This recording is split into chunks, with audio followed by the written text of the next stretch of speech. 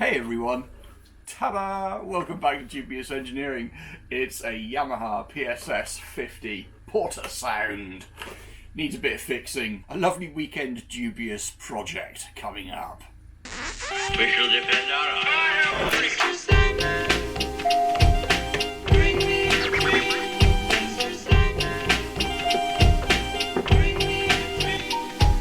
We shall defend our island, whatever the cost may be. We shall fight on the beaches. Ladies and gentlemen, hello and welcome back to Dubious Engineering. Here we're going to do a teardown and review and repair of this 20 quid, including postage, Yamaha Portasound PSS-50 synthesizer. It takes 6 AA batteries. The keys and keyboard is in reasonable shape. The problem was there was a volume switch missing. So I went ahead and took the opportunity in Shaper 3D to design my own 3D printed on-off switch. I printed it completely solidly and it only took about 10 minutes. Probably took longer to design it than it did to print it, which is actually quite cool. Anyway, it all sort of fitted well together and it now works. It doesn't look entirely out of place being bright red either. So let's get inside this beast of a 1993 synthesizer and have a look and see what is inside this monstrosity, apart from little dust bunnies and various things like that. So this is the Korg Cross.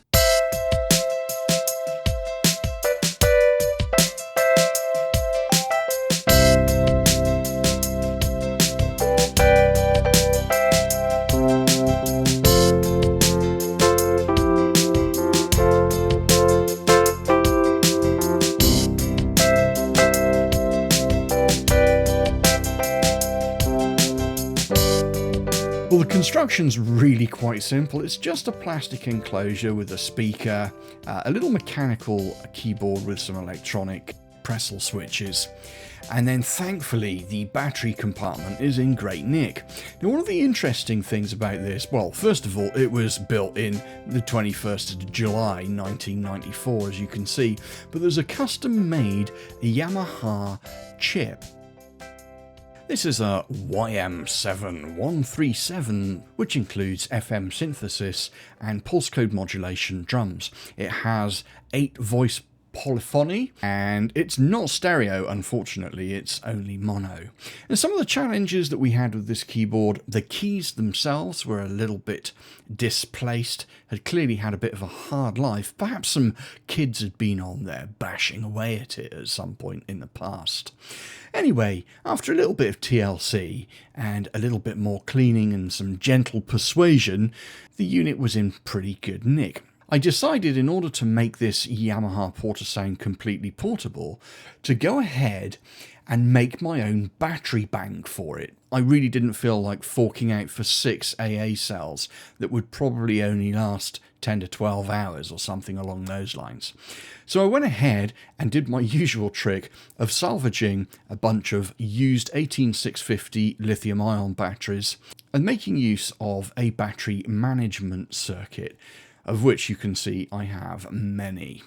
I really dug deep to find that Maplin's barrel jack.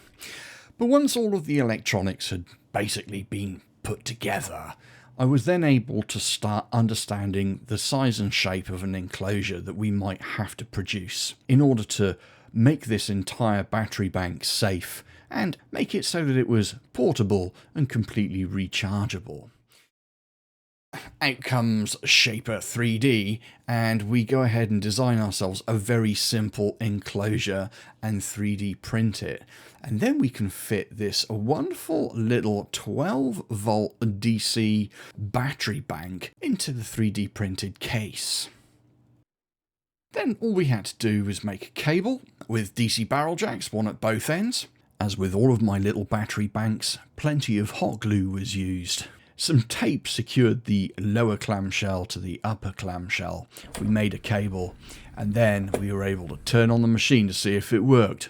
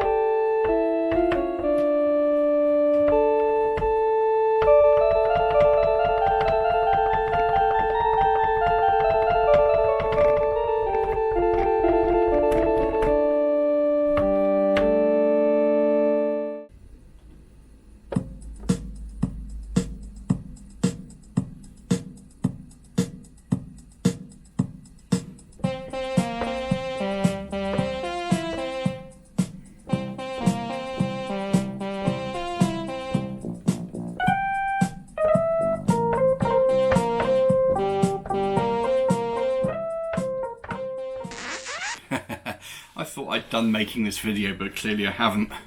Down here. Here it comes.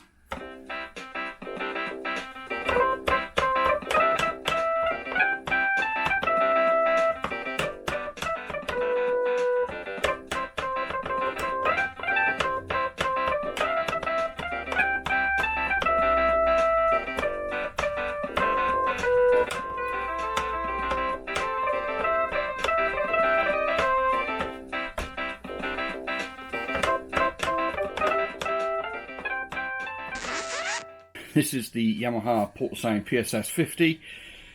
Just done a bit of a refurb job on it, a bit of a clean up, fixed a few problems with it.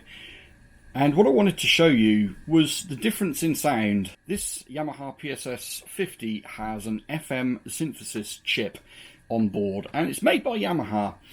And there's about sort of like 50 or 60 different sort of combinations of different instruments that you can program in by pressing the numbers and hitting the enter button. For instance, you start with 0, 0, enter. This is a trumpet. And then 0, 8 would be an oboe. Not bad, I suppose. 11, pan flute. Not bad. So my acid test is always piano. How does a piano sound?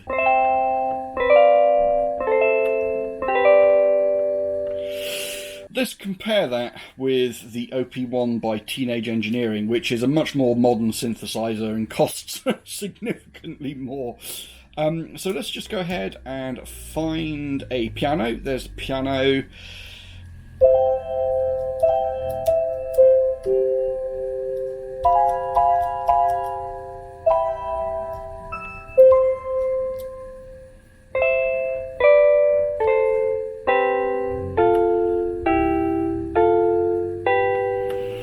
Yeah, it's not bad. It's not bad. I mean, you know, for the price and for its day, bearing in mind this is a 1993 device and this is a 2012 device.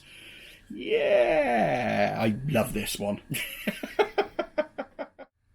Boom! Well, there it is. Fixed up, sorted, and usable.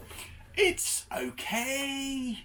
So what I like about it is that you can play 8 notes at the same time. Those are the 8 polyphonic channels that are built inside that specific custom-made Yamaha chip. I'm going to put this one on a stand because I've also found a Casio Tone Bank SA1, which is a very early model, and also another very early model, which is a Casio PT20 keyboard.